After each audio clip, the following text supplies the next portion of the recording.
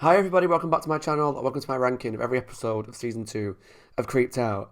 If you're new to my channel, hi, my name is Scott and I do reaction videos. If you're a fan of Creeped Out and you've just stumbled onto this video, I have a reaction to every single episode of Season 1 and 2 of Creeped Out on my channel. If you want to go check them out, I've also done a ranking of every episode of Season 1. And so here I am today to do every episode of Series 2. And as I've said in the last video, fingers crossed there'll be a Series 3 and then we can watch it together as it airs in the future. Let me know down below in the comments what your thoughts are of maybe not just this video, but also what your ranking is of Series 2, what your least favourite is, what your most favourite, just so we can compare and just see how different they are. Because I know in Series 1, there was a few that were different, and I think looking at my list, there's a couple that I think I've got low, that I think some people have high, and maybe vice versa, I don't know. Subscribe if you enjoy this reaction for future videos. Let me know down below if there's any other shows that you might be interested in seeing in the future. And let's jump into my ranking, Season 2 of Creeped Out. Okay, starting at number 10, the episode that I put as my least favourite of all 10 episodes of Series 2 is The Many Place. There's actually no episodes of Season 2 that I really hated. Whereas in Series 1, there was like Spaceman, which just bored me. Series 2, I think every episode has got something good to talk about. And with The Many Place, I felt like it had a really good concept. This whole multiverse sort of universe thing, where this hotel elevator can lead people to different universes and all the different corridors and rooms.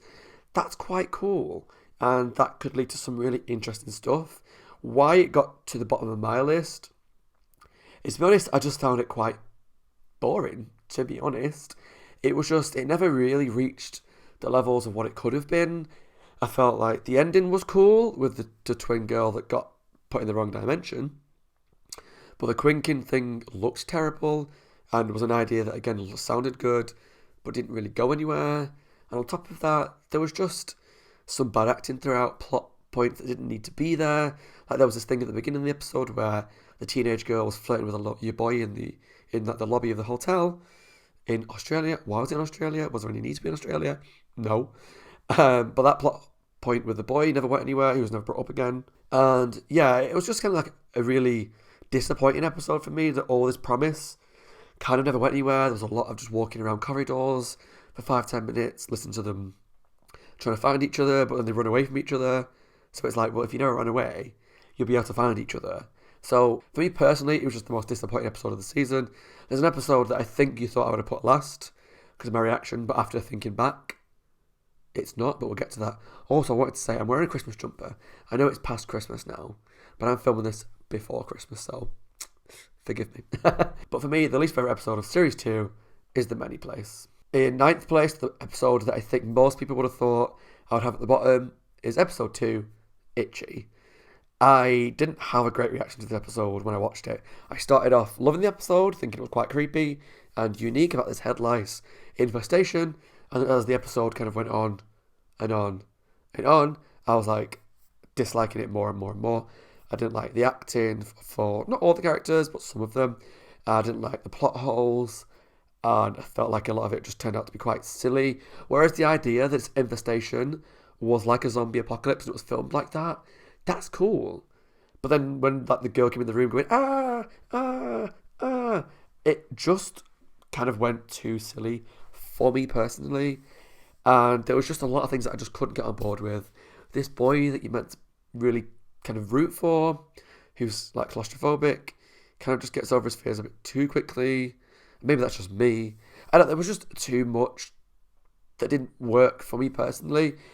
The reason I put it above The Many Place is because I actually did like the main storyline, and I think it did have some creepy moments. When he went to the shop and they saw that all the shampoo had holes in it and they couldn't use that. Kind of creepy. There was like some really ominous stuff at the beginning where the main guy saw the girl through the door. She was scratching her head. Or when the dad was brushing the boy and the comb broke. Just these little bits that were peppered in. I thought really gave it promise. It just didn't deliver in terms of the story towards the end. And there was like that huge plot hole of, yes, they saved the school, but apparently, as they said, we had the last bottle of shampoo on the island. So how did everybody else survive? There was just few little things for me that didn't work. But I did enjoy the concept. I just think if they'd have twisted a few little bits, made a few little changes, I think the episode would have been a lot higher for me. Because I love the idea of it. It just didn't work for me personally. So in 9th place, I went with episode 2, Itchy. Okay, in 8th place, the one that I think is probably quite controversial. Maybe it will, maybe it won't. But I know before I watched this episode, a lot of people were saying, oh, I love the next episode. The next episode's great. Not that scary, but it's great. So for me, in 8th place, I went for Takedown. I enjoyed the episode. I thought it had some really good parts, which I'll get to. I want to say why I had it quite low. It's just that I think most of the episode, there wasn't many characters that I enjoyed. And I know a lot of people did warn me about series 2. A lot of the characters aren't likeable. But in this one, the only character I liked was the main girl's friend. I think he was called Lucky. But he wasn't in it that much. And he didn't really have much to do with solving the problem that came about when the girl was getting really kind of cocky and greedy and wanted more and more strength and didn't care that it was coming from other people. And it seemed like it was coming from him. I think it turned out that it wasn't in the end. But hey. And for me, the episode was just kind of...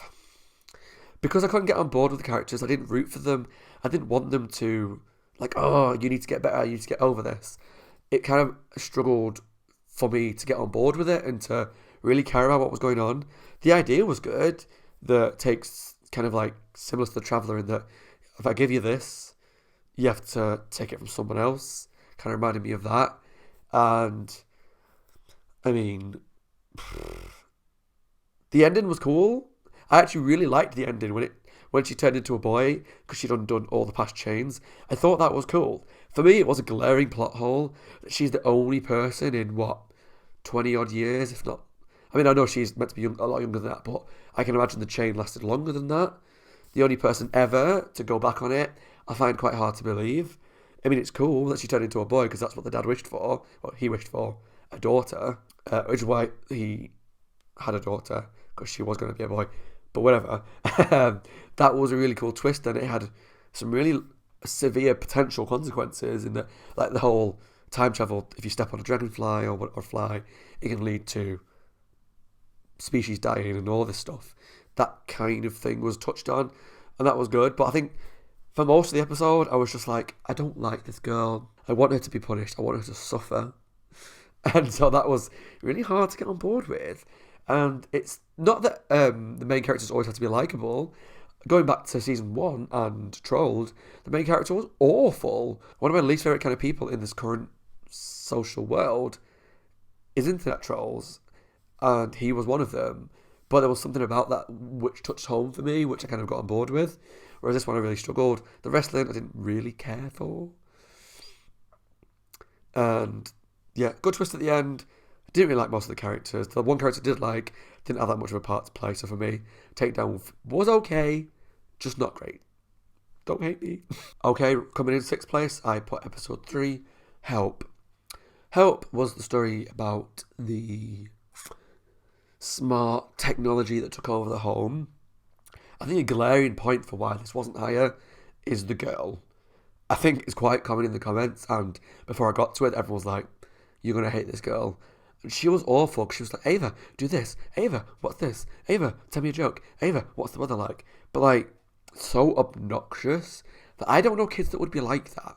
They would at least let, like, Alexa finish what she's doing before asking for something else. So I found her really frustrating. And where I found, what I liked about the episode was I liked the smart technology, whilst that kind of freaks me out because I don't love smart technology. I think it's for lazy people. I liked how it was interactive with the family and how it had all the knowledge of the family and the photos and stuff and how it used that against them. It knew when they last hugged and all this kind of stuff. I thought that was quite cool. And I liked that it tried to test them. And I guess it was nice that it tried to bring them closer together. I guess I kind of struggled because it wasn't that they'd fallen out. It was that he was getting older. Siblings sometimes naturally just grow apart. Especially when a boy or a girl gets to their teenage years. Hormones come in swinging. And I can only speak for myself as someone who's been through it. That hormonal part of your life, sometimes you just want to be by yourself because you're moody and you're mopey and you're feeling sorry for yourself. But if you're younger, if you're not a teenager yet, or your hormones haven't kicked in yet, good luck. It is not a pleasant time of life because everything's just so emotional and over the top and angry. And he was getting to that part of life, so maybe he just wanted some time by himself. Like, he never actually hated his sister.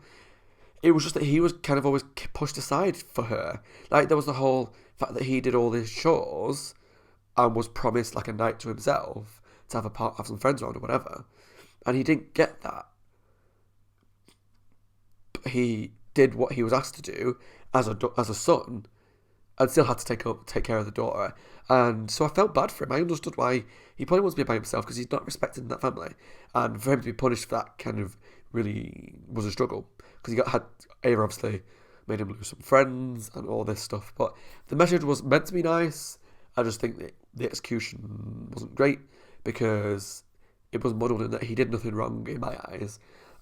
Let's not talk about Debbie because I hated her. I really didn't like that character. She was frustrating. But hey, Ava's now in her body, so that could be quite cool. So I liked the episode. I liked the fact that it all took place in one house. I liked the smart technology. I just felt like the message that it tried to put across was muddled. If it had shown that the boy was nasty to the girl, I would have understood it. But I guess it was more about Ava feeling sorry for herself than it was about the boy. So for me, 6th place would help. Ignore me, that was 7th place, not 6. In actual 6th place is Only Child. This is quite a divisive episode from the comments because a lot of people said it was silly, it wasn't scary. I don't agree. I agree with a lot of the points that the ending was stupid and there was some big plot holes, and it would have been nice to find out more about the kid or the baby thing, alien monster. I find out why it wanted to be part of the family. That would have been good. And I really didn't like the ending where the girl had to take care of it and basically become the new mum because she had to give up her whole life. And I don't mind dark endings. If you watch my You Afraid of the Dark reactions, you'll know there's some dark endings. The dark endings where there's like a guy that became a murderer, and I loved that. A guy got trapped in a machine forever.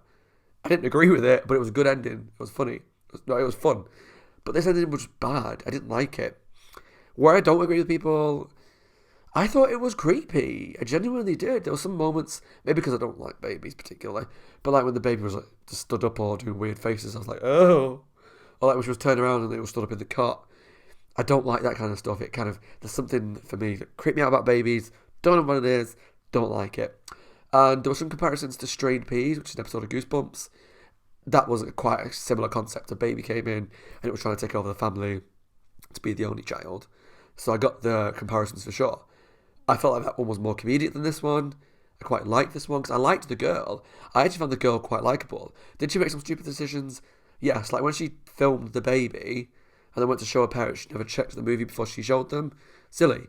When she found out the radio could interfere with the baby's powers, why didn't she then do that, film it whilst it was green scaly, and then show the parents, or something like that, or take the parents in, make the statics so the baby would have to be all green and scaly, then they would kind of see. Because I feel like as much as it's nice to protect your mum and want to have a kid, you're still raising an alien, and eventually, yeah, your mum might be sad if the baby was to go, but she would also appreciate she's got a daughter that she loves and who loves her. So the fact that everyone had to give up their life for this alien baby didn't really take to that. I didn't really find it believable, really, from a teenager point of view. If that was me, no way would I let my mum raise an alien baby. No way would I think it's okay just to let it happen. Not a chance. I don't care. Yeah, there might be some sadness initially, but there's a way that it could have come out that would have solved the whole problem. So I actually found the episode creepy in parts. I liked the story. I just had some major plot holes with it. But for me, it's kind of just middle of the road because it's like I can see why people are quite split on it. In some ways, that is a good reason why it is a kind of almost my halfway point, because some people say it's great, some people say it's one of their favourites. A lot of people said it was silly. But yeah, 6th place, actual 6th place this time, Only Child. In 5th place, that's 10, Scott. Basic maths. In 5th place, I chose Chili Bone. I really wanted this to be one of my top 3 initially. As I was watching it, I was like, I love this concept. I loved the backwards narrative, but I was waiting for that big twist at the end which would have made it make sense to me. And it wasn't that. And I think what could have been a better twist is that either the girl was the author that she slated, or the director, whoever it was, or maybe that one of the friends was the author, or something like that. Because I thought this backwards thing was so interesting, a little confusing at points, because you had to obviously you watch the scene before and then remember how that led to things happening in the future and putting the pieces together in a backwards order. Confusing, a little crazy at times, a little far-fetched at times, yeah, but cool. I think I just really didn't like, what was she called? Not Tillybone, Junebug. I just didn't find her believable as a villain. Like, I mean, I was going to say that they wouldn't actually bring her over, invite her to the party, or all this stuff, but it was all done through the Tillybone, so they didn't have a choice. They were kind of, for lack of a better term, put under a spell. So I get why she was there and why they weren't questioning what was going on. And oh god, that doll was probably for me one of the scariest parts of the season. I think some people find it really silly, but I don't like creepy dolls. I love being scared by them. That's why I have a Chucky doll up there. I mean, come on. But that doll was so scary. And I think it would have been cool to see. What would have been cool would have been if other people were attacked by other, like, really creepy stuff. So one person's getting attacked by a creepy doll, one person's maybe transforming into a monster, one person's, I don't know, being haunted by a vampire or something. Whereas, like, the birthday cake thing was a little bit silly, and I can't remember what else other people went through. But I found the concept super interesting, and what I liked was that they tried something really different. Every episode so far has just been a basic narrative, and all this was done A, backwards, but B, through like video cameras and vlogs and all that kind of stuff. So it might be a little divisive putting it 5th place. I don't know, because I've not actually uploaded the reaction to it yet. Yes, I'm recording this quite a bit in advance. I have a busy month, okay? And I'm taking a break over Christmas to spend with family. And yeah, I just found it really fascinating, and I liked putting the pieces together. Do I wish there was like a big twist at the end? Yeah, I do. I think that would have been made it like the cherry on the cake for me. I would have put it higher if like the final scene had this like mind-blowing twist that all along someone more was the author, someone close to her was more involved, or something really shocking where it was quite obvious from the start that Junebug was behind it all. We just didn't know why. We obviously found out at the end why, and that tied in with the whole prequel movie situation that was going on in the thing. But I really enjoyed it. That's episode 9, Tillybone. Okay, coming in 4th place, I go for episode 6, No Filter. This is creepy. This was creepy. Really creepy, actually, at times. Again, it played on very modern things about selfies, and what I liked is it very much touched on social media as well. As someone who has done social media in the YouTube way, I'm not too bad when it comes to like Instagram and Facebook and that kind of stuff. I don't really put selfies very often at all. Maybe when I'm drunk I might take one. But yeah, people who take selfies all the time are like, oh, whatever. Like I want to see another one of your face. So I really kind of identified with the characters in this one. One who took a lot of selfies, one who didn't.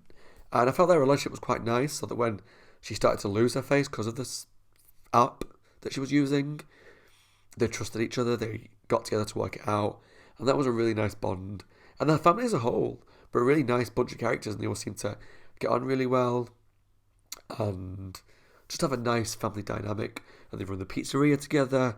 Great, loved it. The creepy guy who took all the faces, creepy. That whole museum section with the gallery and all the faces was great. Really creepy stuff. And I like when Creeped Out tries to be creepy, which I know is in the title, but some episodes really do fail, and some episodes just try and be a bit odd. But that gallery section as a whole was great. I would have had this probably in my top 3, except for the ending. Because as some people in my comments rightly pointed out, I think I might have mentioned it in my review as well, when I did the reaction, there is no way on this earth they would have been able to stick to that contract they signed. Yes, it's annoying that they signed the contract not reading the fine print, small print, which is exactly what got them in that situation in the first place. That was frustrating as someone watching it going, read the small print. This is why you've lost your face, or your sister's lost her face. Read the small print before you sign anything. But agreeing to sign a contract where the small print is that you're never, ever going to have your picture taken again is impossible. Actually impossible. So the fact that it ended with having the picture taken, I was like, well, of course, there's just no way. Even if they managed to avoid it for a couple of days, a few weeks, at some point, whether it's a school photo, whether it's a night out with friends, whether it's a selfie, an accidental selfie, or they're in the background of a picture when they're out on the street at a concert and someone takes a picture, or they're on the news, there's no way to avoid having your picture taken. So I get why he did it, because he gave them a contract, knowing they wouldn't read the small print, knowing that they would sign away with something that they couldn't possibly agree to. But it was just like, no, they did so well to get through it, because as soon as you saw the face, they started to work together. They figured out with the app really quickly, and they got this problem sorted. I just wish they'd read the small print, because that would have made it a top 3 for me. But that point just really disappointed me. But overall, really good episode, really creepy, very modern, very relevant to today's youth, and well, not even youth, but today's social media. So yeah, great episode. Episode 6 in 4th place, no filter. Okay, moving on to my top 3 episodes now, and in 3rd place I went for Splinter Claws. Genuinely, when I started watching this episode, I thought, this is my favourite of the season, easily. And I'm biased because it's a Christmas episode, and to me, if something's about Christmas, I pretty much automatically love it. Even if it's a bad Christmas horror film, or a Christmas special of a show, even when it's not great, I love it because it's Christmas. So when we're in the department store, and there's Christmas music playing, and they're getting presents, and all these lights and Christmas trees and figurines and animatronics, I was in love. And I really enjoyed the episode. I thought the animatronic Santa was creepy. A little silly looking, yeah. But when I watch these things, I try and put myself in the place of the characters. And I would be creepy if that thing came after me. Especially when it took its face off and it was like this robot thing with claws, metal claws that could gouge your eyes out. Blech. And this is one where I actually liked the ending, but I had problems with it. But overall, the ending where they actually decided, you know what, we're just going to be naughty. Because what was cool about the Santa was it went after naughty people. No, it went after nice people, not naughty people. So that was kind of cool that they twisted that whole, it's going to find out if you're naughty or nice thing. They actually went after nice people. So that was interesting because obviously the good boy and the bad boy were running away all the time, trying to get the naughty boy away, and it turned out it was going after the nice guy all along. And this is kind of where some of my issues with the episode lay. I really didn't like the main character. Initially, I loved him. I thought he's this bit of a knob, but he apologised to his mom. He was doing a nice thing for his grandma. And he seemed like he was trying to atone for the things that he'd done. And he was someone who just does things without thinking and is naughty, but does try to make things better. Once they stayed behind in the shop, it kind of started to frustrate me because he was just being silly and getting his friend in trouble more than anything else. If you want to stay behind and get the present, I don't agree with it. I think there's ways you could have got it quite easily, but that's your choice. But dragging your friend into it that's good is really irresponsible and disrespectful. And like the guy whose friend, who's the good guy, kept saying, like, this is just you. You get into trouble and you put me into these things, and it's excuse after excuse after excuse. You take no accountability, you take no responsibility. And whilst the bad guy annoyed me because he was doing all the horrible stuff, the good guy called him out on it. So that's why it worked for me. This good guy was like, you're a dick. You're a dick. You're pretty much going to get me in trouble. My mom's going to lose her job. You're a dick. And that's why it worked. And if it was just that he was a dick and that was that, I wouldn't have liked the episode. But because the friend was calling him out on it, loved it. Again, I have some issues with the ending because the good guy was so morally right and good throughout. And I loved that. And I thought he's going to be the one that saves the day. And he did. But not in the way I kind of hoped that he would have done. He kind of saved the day by going, you know what, we're just going to be evil. I'm going to let the Santa go out and kill people. I mean, it's cool. And it's a great twist. Do I think it was seeded very well? No. But that, I mean, a great twist is one where you can kind of see the little things drop throughout where you can see a character make that decision. For a prime example, I'm going to quickly go into it. There's an episode of Your Friend in the Dark called The Tale of the Dark Music. Amazing episode. If you need to watch it, type it into YouTube. It's on there. I've done a reaction to it as well. And all the way throughout this episode, this boy's younger sister is a dick to him. And so right at the end, it hints that he's basically feeds her to a monster. I think it turns out that he doesn't, but it kind of hints that he's going to. And that's pretty well established throughout the episode because she's horrible, she's horrible, she's horrible. okay, he's going to get his revenge. Whereas in this one, the guy was good, he was morally right, doing the right thing, saving his mum's job, trying to, and then all of a sudden just does a U-turn and is happy for kids to die. That's kind of the only major issue I had with it, is that big U-turn at the end. As cool as it is, it didn't feel like it was warranted, if that makes sense. But overall, love the atmosphere, love the shop, love the scenery, love the bad guy. I just love Christmas stuff, so in third place for me, Splinter Claus. Okay, in second place, I went for the very first episode, 1 More Minute. I'm very fascinated about the fact that I've got this in second place, and that sounds like a really weird sentence. But I like scary stuff. I like stuff that tries to be creepy. And with Series 1, like my top few had really creepy moments. I think my favourite of Series 1 was Kindlesticks, which I thought was a creepy episode. At least it would have been creepy as a kid. There's elements I thought were creepy. It didn't scare me, but I think it did their best at being a creepy episode. 1 More Minute, I think, isn't creepy, but doesn't try to be. It's very much about this kid who loses time he plays a video game, and his time jumps, and he just keeps jumping forward in time, and he gets older and older, and he's like a teenager now when he was younger initially, or an adult, I can't remember what age he goes to, and he just keeps jumping forward in time, but doesn't remember, and he's now older, and doesn't remember what happened in between. At least it's presented as a time jump.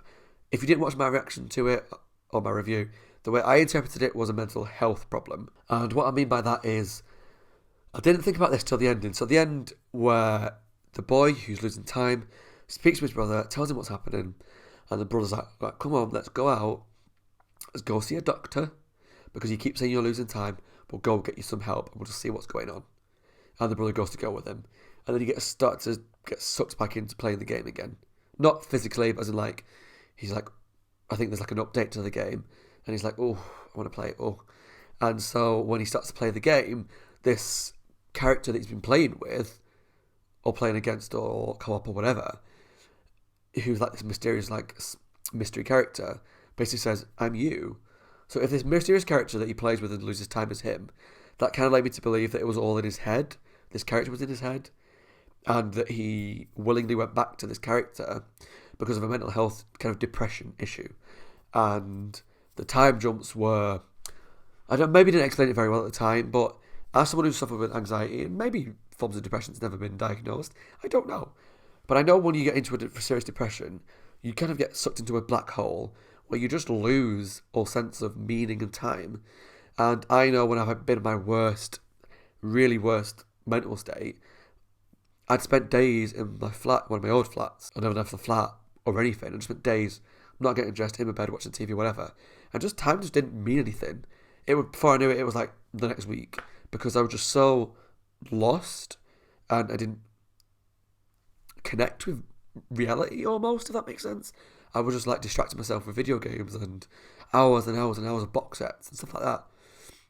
So that's the way I kind of interpreted this, that before people say, why was he depressed? You don't need to have a reason. It's a mental health problem. It doesn't need to be a reason for depression or anxiety or whatever. So I interpreted that he found this game, he had this mental health issue, and he got lost in it. He got lost in that depression. And the time jumps were the times where, as anyone with depression or mental health issues will tell you, they just get better. Sometimes you'll wake up one day and you'll be fine. And that can last days, weeks, months. And then, boom, you're depressed again. And not everyone's going to understand that or agree. But if you've been through mental health issues, I think you might understand what I'm talking about, in that you do just kind of disappear for periods of time, and then all of a sudden you're back. And that's kind of what I took from the episode, and that really made me think a lot. And that's why I love this episode. I'm actually going to think about reaching out to the writers if I can, find out the contact information online or whatever, to see if I'm interpreting this right or not, just to see what their thoughts are on my interpretation. But I loved it. That was 1 More Minute. I really like the characters, and as much as I don't normally like time jump stuff, I thought it was done really well, and I'm really excited to go back and watch it. 1 More Minute. Now, the top episode, if you keep in track, you'll know what it is, because I think this is most people's favourite episode of Series 2. It was a toss-up for me between this one and 1 More Minute, but ultimately I chose my favourite episode of Series 2, The Unfortunate Five. Like I say, before I watched it, a lot of people saying, this is my favourite episode of the season, you're going to love this episode. And when I watched it, in the comments, people saying they love the episode. It was great. And it was great because it was probably like the first episode of Series 2 that over the 1 more minute that I loved and went for kind of the creepy element. Not that it was creepy all the way throughout, but when it actually started to unleash the creepiness of the, I was a yoga teacher, but whoever she was, that substitute type person, it really did it really well. And it was a nice cast of characters, a bunch of characters that were all very different. Didn't like the guy with a, was he at the phone or the hoverboard? Was that the same guy? One of them, I think it was the guy with who was recording everything. Kind of irritating, but that was kind of the point, was that there was like a geeky person and a stuck-up girl and someone who records everything, and then the main character, who was quite a nice girl. And I can't remember what she did to be in detention, but did she choose to go into detention? I can't remember all the details, but when you started to find out this teacher was basically going to these detentions to make them more frustrated, to feed off that kind of anger and loneliness and sadness. I can't remember exactly what it was she was feeding off, because it's been ages since I watched it now. But that was so good. And that scene in the bathroom where the teacher was like jumped onto the sink and she has a black cup running down her mouth and she was like growling or whatever. I was like, ugh, what is this? And then she was trying to she was like open the bathroom stores and the girls crawling through. That is a horror movie scene right there. I can name a couple of films that happened in. Halloween, I think H2O happened in. Halloween 2018 happened in. And other horror films where someone's in a bathroom stall, there's a killer outside the door, and they go along opening one by one. Normally they try and crawl underneath to get to like another stall. I love that stuff. It's so creepy. It was so horror. And then what I kind of liked was that there was this annoying character throughout of the principal who was just an awful human being. For one who takes about 3 hours to eat a sandwich. But he was just one of those teachers that clearly doesn't want to be a teacher, clearly doesn't like kids, clearly hates his job. And the great part about it was they got to turn the tables on him. Was it dark? Hell yeah. But I kind of loved it. Because he was this awful human being, just a terrible person. And they ended it by really riling him up and making him so frustrated that the monster lady, the succubus, whatever she was, went after him because he was so emotional. And they fed him to her. And there was that really creepy image where she jumps on top of him and her mouth like opens up. It's like, oh my god, what is she? I loved it. I think a couple of people in the comments had issues with the ending. And they didn't like that the kids fed the principal to it. Because it's not right. I agree it's not right. But it's fun. And who here can really honestly say they didn't have a teacher that wasn't just a horrible person, that they had fantasies about getting revenge on them? I know I did. Definitely I did. So, yeah, I really love that ending. I like the character, the main character, she was cool. I like the monster. I want to know more about her. And that's a sign of a good monster, really, where I want to know more. But yeah, it really is a toss-up for me between Unfortunate 5 and 1 More Minute, my top 2. I probably could have put them both as like joint first, really, for me. So I love them both for very, very different reasons. But ultimately, I put Unfortunate 5 at the top. And again, another episode that I'm excited to go and rewatch at some point. So that's it. That's my ranking of Season 2 of Creeped Out, from my least favourite episode and all 10 episodes up to my favourite episode of Season 2. Let me know down below what you think of this list, what you agree with, what you don't agree with. I think a lot of the top 2 at least, I think people will agree with. I heard a lot of good things about Unfortunate 5, a lot of good things about 1 More Minute, but I also heard a lot of good things about Takedown. That was one of my bottom few. So I'm interested to know the reaction to this one. It's going to be mixed, I feel like. But hey, my opinion is my opinion. You're entitled to your opinion as well. And I like it when people don't always agree. The world would be boring if we all had the same opinion. So yeah, leave me a list of the ranking down below. And that's it for Series 2. The next video is coming out tomorrow. I'm taking a few Creeped Out quizzes. And the quizzes are a bit hit or miss. One of them's really good. The rest aren't. But stay tuned for that one. I'll stay tuned, hopefully, for Series 3 in the future. Like I said, let me know down below if you have any ideas of shows I want to react to in the next year. I have a video coming up about my schedule for next year, because I can't do a video every day like I've done this month. So tune in for that. Tune in for my Patreon in the new year. Thank you for watching. As always, my name is Scott. Hope you're well. Take care of yourselves and stay safe. And hope you all had a lovely festive period and a nice Christmas. If you celebrate it, take care of yourselves, guys. And I'll see you all tomorrow for the quizzes. And hopefully next year for Series 3. Bye, guys, and take care.